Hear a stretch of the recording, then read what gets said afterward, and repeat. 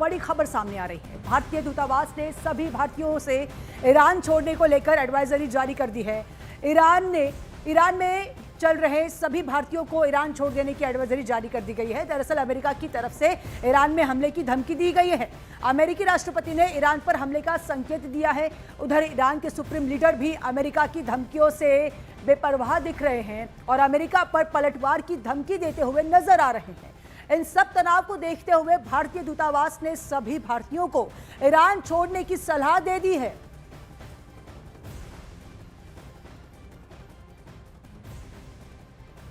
तो देखिए, ये बड़ी खबर आ रही है जहां पर अब भारतीय जो दूतावास वहां पर है उन तमाम लोगों को कह रहे हैं कि अब वो वहां से निकलकर भारत पर लौट आए। सभी भारतीयों से ईरान छोड़ने को लेकर एडवाइजरी जारी कर दी गई है।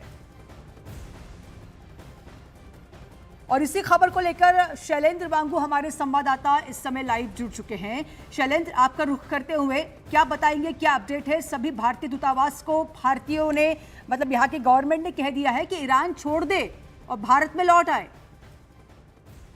देखिए, आपको याद दिला दें, इससे पहले 5 जनवरी को ऐसी एडवाइजरी जारी की गई थी जिसमें कहा गया था कि जो मौजूदा हालात इस वक्त ईरान में हैं, तो ऐसे में वहां के हालात को ध्यान में रखते हुए जो भी अवेलेबल मीन्स हैं, यानी कि वहां पे जो अभी भी कमर्शियल फ्लाइट्स अवेलेबल हैं, उनके जरिए सभी भारतीय, चाहे फिर वो वहां पर बिजनेसमैन हो, छात्र हो, पिलग्रिम्स हो या पर्यटक हो, उनको तुरंत भारत छोड़ देना चाहिए। इस तरह की एडवाइजरी पिछले महीने 5 जनवरी को जारी की गई थी और 14 जनवरी को एक और एडवाइजरी जारी की गई थी। इसमें कहा गया था कि सभी भारतीयों को ऐसे इलाकों से दूर रहना चाहिए जहां पर इस तरह के प्रोटेस्ट हो रहे हैं, क्योंकि हमने देखा है कि देशव्यापी प्रोटेस्ट ईरान में हो रहे थे। तो ऐसे में भारतीयों की सुरक्षा के लिए एडवाइजरी जारी की गई थी।